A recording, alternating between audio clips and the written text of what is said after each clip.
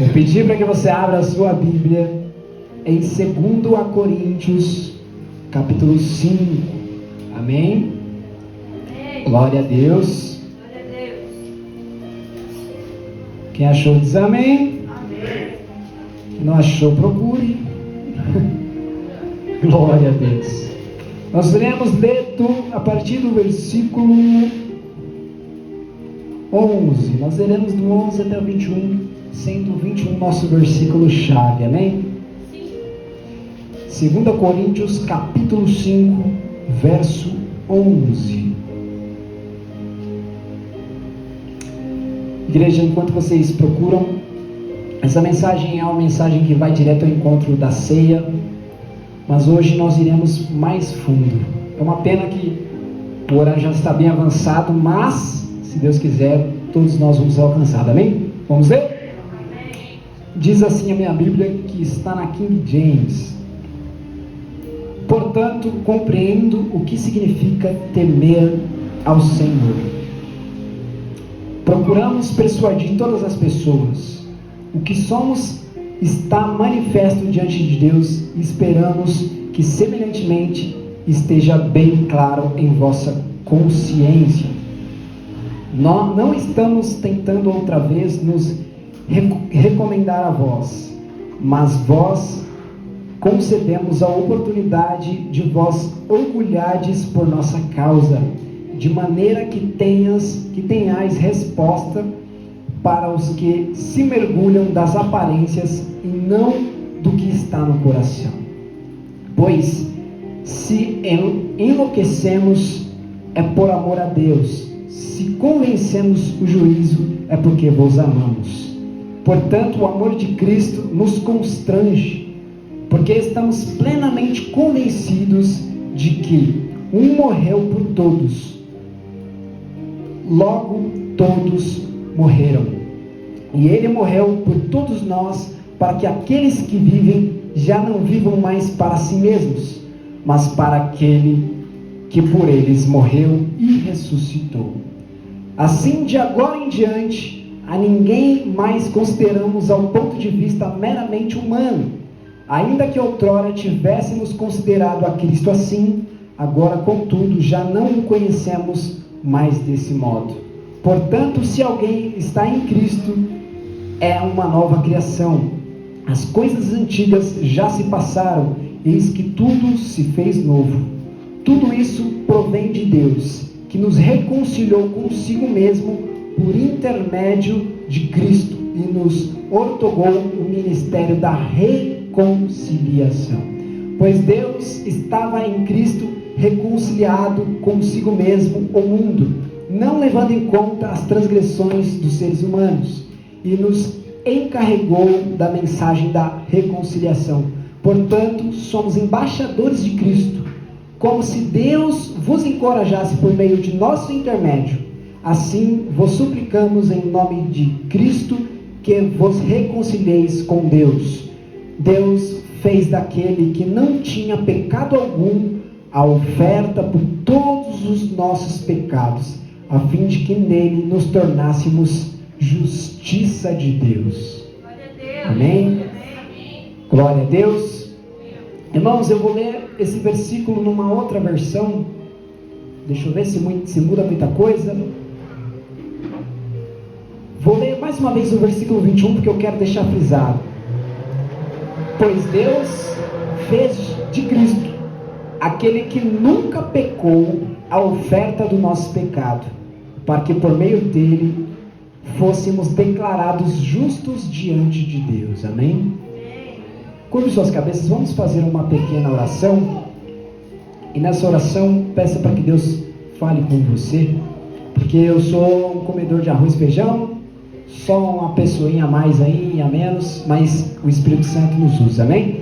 Senhor Jesus, aqui estou eu diante de Ti. Mais uma vez eu te peço, depois de tantas orações, usa-me, Senhor, neste lugar para falar a Tua palavra, para, ó Deus, proferir, soltar tudo aquilo que vem do Espírito Santo. Inspira-me, Espírito Santo, a partir de tudo aquilo que eu estudei, que eu escrevi, que a Tua graça, o Teu poder, a Sua misericórdia esteja sobre mim, em nome de Jesus. Amém? Glória a Deus. Os irmãos estão vivos? Amém? Glória a Deus. Irmãos, nós vamos falar hoje sobre a grandeza de Deus e o verdadeiro peso do pecado. Você pode repetir comigo? A grandeza de Deus e o verdadeiro peso do pecado. Amém. Às vezes a gente não tem consciência de algumas coisas e hoje nós vamos nos aprofundar um pouquinho. Coisas que no nosso dia a dia a gente não costuma refletir. Amém? E eu quero começar dizendo que o pecado, ele teve uma origem. Amém? Todo ser humano nascido de mulher, ele é pecador. E o pecado original, que nós conhecemos a história, que veio do Jardim do Éden, se deu com a desobediência a Deus e tudo mais que vocês já conhecem. Só que o que eu quero chamar a sua atenção é que esse pecado traz uma dúvida muito cruel. E essa dúvida cruel é que, se Deus é o Deus Todo-Poderoso, sábio, sabe de tudo, por que Deus não impediu o ser humano de pecar? Por que Deus não tirou a árvore? Por que Deus já não pegou o diabo logo e jogou no inferno? Por que Deus permitiu que o ser humano pecasse? Você já fez essa pergunta? É uma pergunta, se não for uma das mais difíceis da Bíblia, talvez seja a mais difícil. Porque é algo que não faz sentido, não é verdade? Mas eu queria te chamar para um lugar que é bem interessante. Isso não está escrito, isso não está provado, mas muitos teólogos acreditam, e eu também acredito, que Deus permitiu esse pecado para revelar um pouco mais do seu caráter. Se nós lemos a Bíblia diz assim que tudo que Deus faz é para a sua glória. Então Deus, ele cria planetas, ele cria galáxias, mar, terra, animais, oceano, tudo para a sua glória. E ele permite que o ser humano peque para demonstrar algumas características do seu caráter, digamos assim. Deus, ele, através da morte do ser humano, através do pecado do ser humano, ele revela amor, justiça, misericórdia, santidade, providência, muitas coisas que talvez, se o ser humano não tivesse pecado, ninguém veria essas características de Deus. É uma linha de pensamento. Só que as coisas são como são. O fato é, o ser humano pecou. Amém? E o que Deus faz a respeito disso? Deus, ele cria um plano perfeito, igual o pastor estava falando hoje pela manhã. Ele cria um plano perfeito para reconciliar o ser humano que quebrou uma aliança com Deus novamente. Então, a partir do momento que o ser humano pecou, ele quebrou uma aliança que ele tinha com Deus, e Deus, ele cria um plano para religar novamente essa aliança. Esse plano de Deus, ele é perfeito. E nesse plano, todas essas características do caráter maravilhoso de Deus é revelado. Nesse plano, nós vemos o amor de Deus, nós vemos a justiça de Deus, nós vemos a santidade de Deus, nós vemos o caráter maravilhoso de Deus. Quem é que foi o autor desse plano? Foi o nosso Jesus. Jesus, ele foi escolhido para liderar esse plano, para tomar a frente e para ser esse plano. E ele fez isso como? Morrendo em nosso lugar. Essa é a história, esse é o contexto que todo mundo já conhece, todo mundo já entende, amém? Mas agora nós vamos entrar de fato na mensagem. E aí vem a pergunta: qual que é o verdadeiro peso do pecado? Quando nós pecamos, o que isso significa? O que isso custou para Jesus? Foi pouco? Foi muito? Qual que é o verdadeiro peso do pecado? Irmãos, Mateus 26 conta como que foi para Jesus se preparar para a morte dele. Jesus, ele, no contexto da Páscoa, ele se reuniu com os discípulos, comeu e tudo mais. Depois de se reunir com os discípulos, ele vai ao monte Getsemane, e lá começa o período de flagelação de Cristo. Começa ali, não começa quando Cristo apanha, quando Cristo é preso, não, começou naquele monte. E ali ele chama os discípulos para ir junto, e ele está aflito. Se nós lermos o texto, Jesus está agoniado, aflito, ele fica ali orando a Deus em aflição. Tanto é que ele fala, ele fica bravo com os discípulos: vocês não podem vigiar nem uma hora comigo? Vocês são uns pangaré mesmo, hein? Ele fala isso para os discípulos, e ele vai uma vez orar, volta, os discípulos estão dormindo. Aí ele reclama e volta a orar de novo, ele volta, os discípulos estão dormindo de novo. Mas o mais interessante aqui é o porquê que Jesus está aflito. Jesus, ele fala assim: Pai, se possível, afasta de mim esse cálice. Pai, se possível, passa de mim esse cálice. Tira de mim essa tarefa, tira de mim essa missão, esse peso. Se possível, faça isso, mas que seja feita a sua vontade. Irmãos, Jesus Cristo sendo Deus, o que será que ele temia? Jesus Cristo sendo Deus, tendo todo o poder, o que será que estava deixando ele aflito? O que será que estava deixando ele agoniado? A Bíblia diz assim, que quando Pedro corta a orelha do soldado, porque os fariseus já vinham prender Jesus, já vinham pegar Jesus para matar ele, Jesus, ele fala assim: olha, eu tenho poder para chamar 12 legiões de anjos agora e acabar com todo mundo aqui, mas eu não vou fazer isso porque tem que se cumprir a palavra de Deus. Então, Jesus era Deus, o próprio Deus. E o que estava deixando ele aflito? O que era esse cálice? Passa de mim esse cálice. Jesus, ele usa essa metáfora, mas o que Jesus não queria beber? O que ele queria passar? Nós vamos entender nessa noite. Esse cálice, irmãos, não é, a gente pode até pensar que a gente nós somos cristãos repetidores, então tudo que os pastores falam, tudo que as pessoas falam, a gente repete. É normal isso, porque a gente aprende, mas também vira muito comum. E quando a gente vê isso aqui, o que as pessoas pensam? Ah, Jesus, ele estava com medo de apanhar. Não é não, Marcelo? Levou uma chicotada. Ah, Jesus, ele estava com medo da coroa de espinho.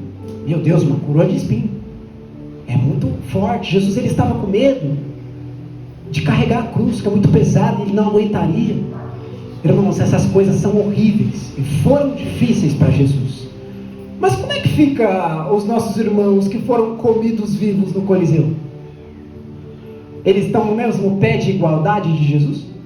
Como é que fica nossos irmãos que foram queimados vivos por Nero só para poder iluminar o jardim dele? Eles estão no mesmo pé de Jesus? Então, na verdade, esse cálice não é sobre isso. Porque se fosse sobre isso, um ser humano comum poderia aguentar. Um ser humano comum poderia passar. E os nossos irmãos que morreram comidos por leões, eles também seriam como Jesus, porque entregaram a sua vida. Mas não foi esse cálice que Jesus estava temendo. Jesus, ele temia, sabe o quê? O meu e o seu pecado. Como assim o meu e o seu pecado? Irmãos, sobre Jesus veio todos os pecados do mundo, todos os que foram cometidos e os que iriam ser cometidos. Mas quando a gente pensa nisso, a gente acha que é só Jesus levou a culpa sobre o seu pecado. Só que se nós lermos o nosso versículo 21 aqui novamente, a Bíblia diz assim, que aquele que nunca pecou se fez pecado. Eu vou te dar um exemplo para você entender o tamanho disso. Imagina uma criança de 2, 3 anos de idade, que ainda não sabe nem falar, nem andar direito, que nem essa daí que está no seu braço aí. E aí vem homens maus, pega essa criança, comete tudo quanto é tipo de atrocidade, faz tudo quanto é tipo de coisa que você não poderia nem imaginar, deturpa ela, acaba com a inocência. Uma criança que nunca pensou em nada de errado, agora foi violada, foi destruída a inocência, ela está suja, ela está manchada. Jesus, ele se fez pecado. Na cruz, Jesus, ele foi, é até forte de dizer, mas ele foi o estuprador. Na cruz, Jesus, ele foi aquele que cometeu latrocínio. Na cruz, Jesus foi aquele que é matador de aluguel. As pessoas pensam no pecado sobre Jesus e está achando que é a mentira que a gente conta. Não, irmãos, tudo quanto é tipo de atrocidade, Jesus se fez pecador. Isso é algo muito pesado, que nenhum ser humano seria capaz de suportar. Nenhum ser humano poderia ter a santidade de Cristo para suportar isso. E ainda digo mais, um outro exemplo. Você consegue imaginar uma toalha, um pano de prato assim, ó, todo limpo, limpinho. E aí você pega ele e joga no barro assim, ó, com água, e molha. Como é que vai ficar esse pano? Foi assim que Jesus ficou, por mim e por você. E mais que isso, Jesus, ele sofreu isso de maneira que a ira de Deus caiu sobre ele. Irmãos, Jesus, ele suou gotas de sangue no Getsemane, porque ele começou a ver, ele começou a entender o que lhe esperava. Quando nós vemos isso, é como se toda a culpa, tudo que essas pessoas mereciam, tudo que o assassino merecia, tudo que o estuprador merecia, toda a justiça, tudo aquilo que era correto. Muitas vezes a gente olha na televisão, vê alguém matando alguém, e aí o cara sai pela porta da frente da cadeia. Jesus levou o pecado desse camarada e ele foi condenado por esse camarada. O pecado desse camarada está nas costas de Jesus. E a gente fala, nossa, mas essa justiça brasileira não serve para nada. E é verdade, não serve para nada. Mas o pecado desse rapaz foi justificado por Jesus. Então, o peso do pecado é um peso grande. A morte de Jesus, ela tem muito valor. Um valor inestimável, caríssimo, que nenhum de nós suportaríamos a ira de Deus. Nenhum de nós levaríamos a culpa por todos esses pecadores como Jesus fez. Irmãos, eu quero compartilhar com vocês aqui um diálogo bem interessante.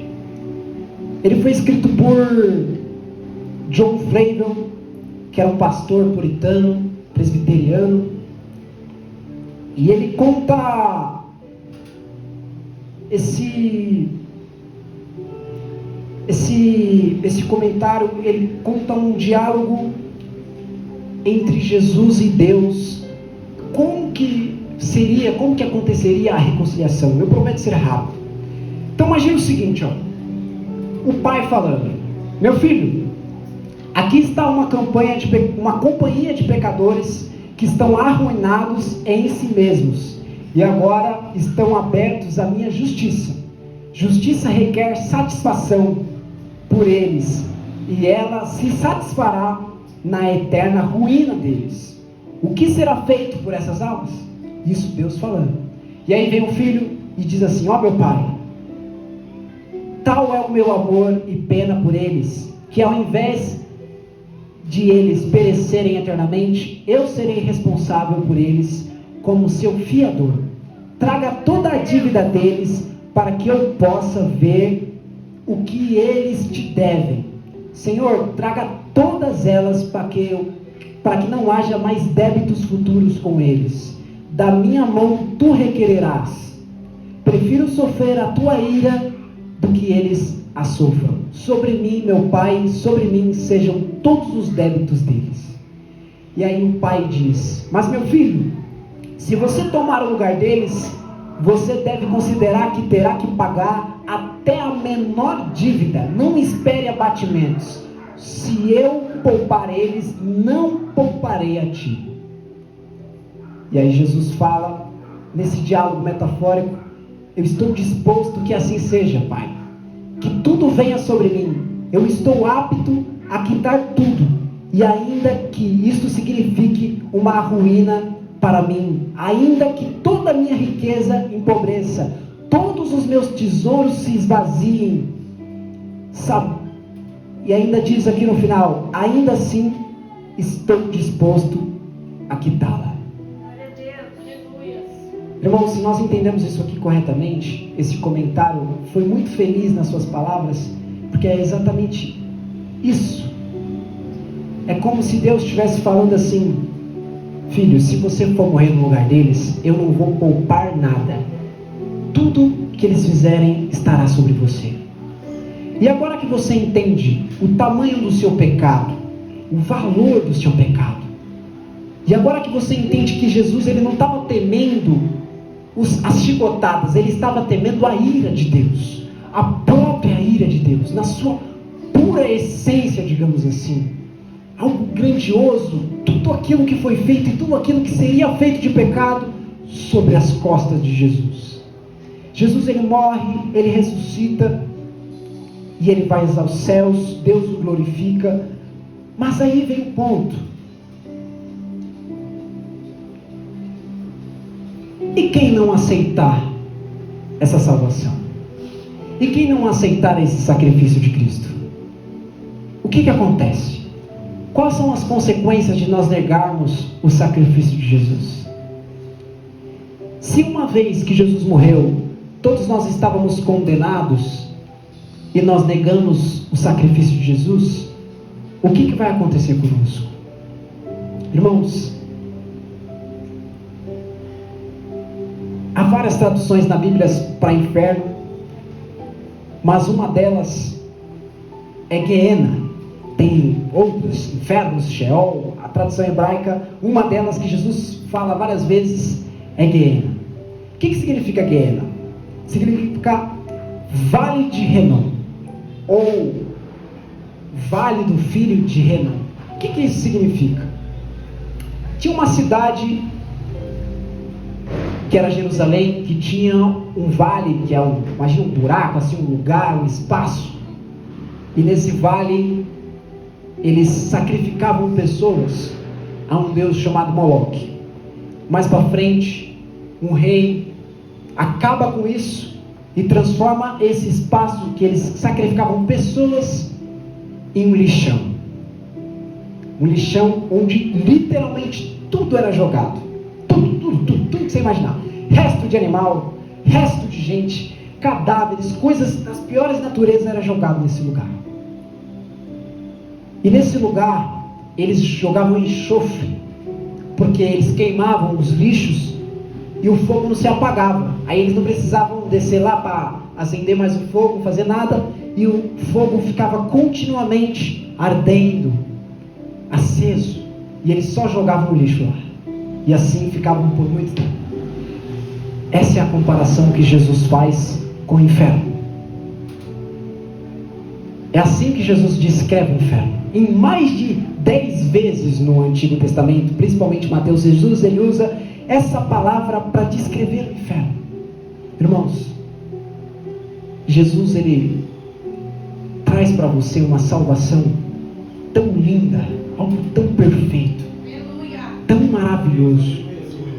Todo o pecado que você tem, quando você chega no tribunal de Deus, a partir do momento que você se arrepende, a partir do momento que você decide ter uma mudança de mente e viver por outro caminho, você se torna justificado no tribunal de Deus. Deus, Ele não te condena. Ele não te condena pelos seus pecados. Só que, irmãos, se nós negarmos o sacrifício de Jesus, se nós não quisermos nos arrependermos dos nossos pecados, se nós rejeitarmos o sacrifício de Jesus, esse lugar nos espera.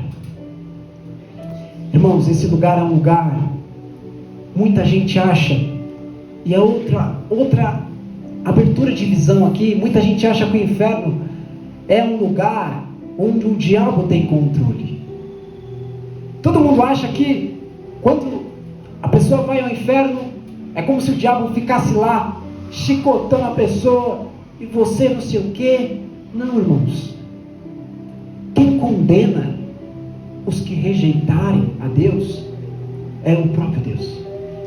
Quem é dono do inferno, quem controla o inferno, é o próprio Deus. O diabo, ele vai estar lá também, só que ele vai ser só mais um daqueles que vão ser aprisionados e vão ficar eternamente sofrendo.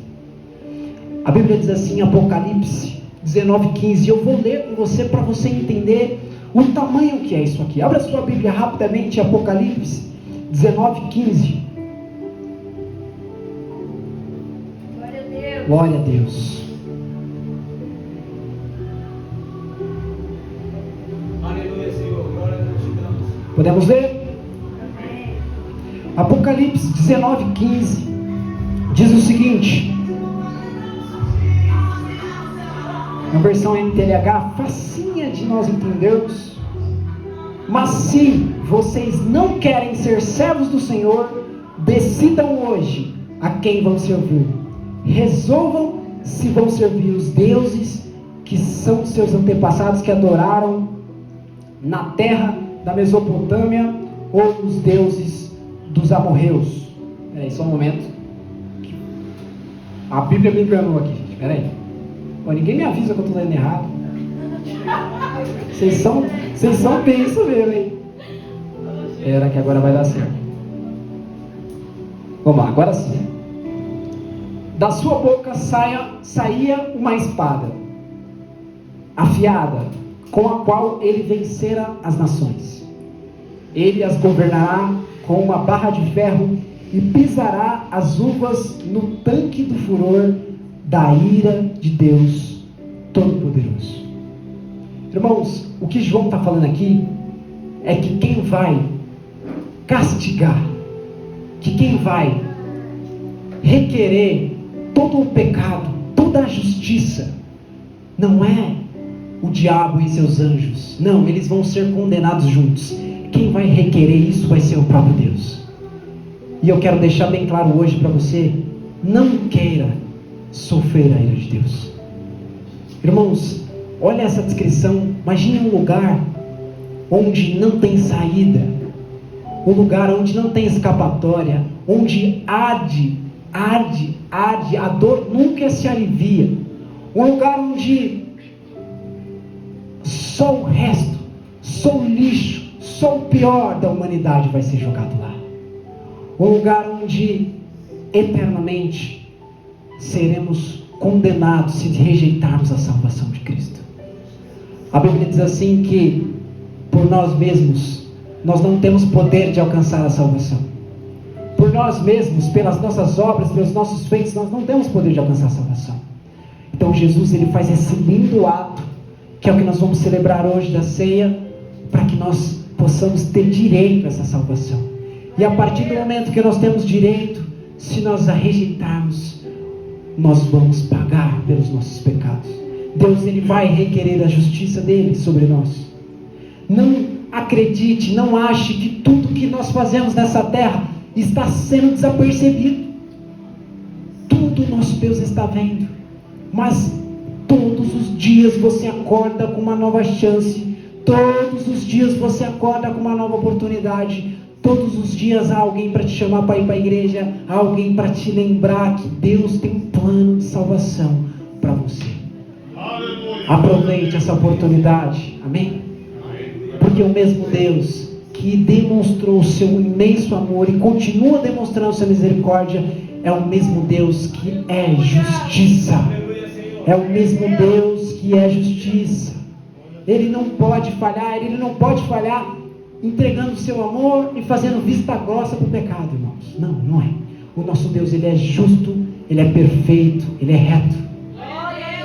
E ele entrega o seu próprio Filho para que você tenha esse direito. Amém? Então que você reflita nessa noite, nessa palavra, que você comece a considerar e entender que o seu pecado, ele tem um peso. O seu pecado, ele tem um peso. E esse peso pode te levar para um lugar que você nunca quis estar, que você nunca imaginou ir. Esse pecado, ele estava sobre Jesus. Toda vez que nós pecamos, nós ajudamos a matar Jesus, nós ajudamos a crucificar Jesus. Todas as vezes que nós pecamos, o que Deus derramou sobre Jesus. Por isso que Jesus, ele ainda fala que: Deus, por que me desamparaste? Por que se afastaste? Por que viraste as costas para mim? É porque naquele momento Jesus, ele era o próprio pecado. É porque Jesus, ele estava ali como se fosse o próprio assassino. Ele estava ali como se fosse você, como se fosse eu. Nós, pecadores. E nosso Deus, ele não se mistura com pecado. O nosso Deus, ele não se mistura com pecado. Amém? Glória a Deus. As palmas que louvam o Senhor Jesus. Glória a Deus. Irmãos, talvez essa mensagem que nós nem sempre queremos ouvir, mas se atenha ao início. Se atenha ao início dessa mensagem. Se vai para você que está ouvindo também. Se atenha ao plano de salvação. Não sirva a Jesus por causa do inferno, por causa do medo, mas se atenha ao plano de salvação. Amém? Jesus, ele, igualzinho aconteceu com o Covid-19, não adianta nada, a vacina está pronta, pode ser o Covid ou pode ser qualquer outra epidemia, digamos que os postos de saúde estejam cheios da vacina e todo um povo contaminado, toda uma cidade contaminada, mas se essas pessoas que estiverem contaminadas não chegarem até a vacina, nada muda. Apesar da vacina existir, apesar de Cristo já ter morrido, nós precisamos nos apropriar da salvação. Nós precisamos alcançar, nós precisamos pegar a salvação. Se nós não pegarmos a salvação, nós estamos automaticamente rejeitando o que Jesus fez. Amém? Glória a Deus. Então que o Espírito Santo continue falando no coração de vocês. Amém? Que Deus continue abençoando, e as palmas que louvam o Senhor Jesus. Amém? Glória a Deus.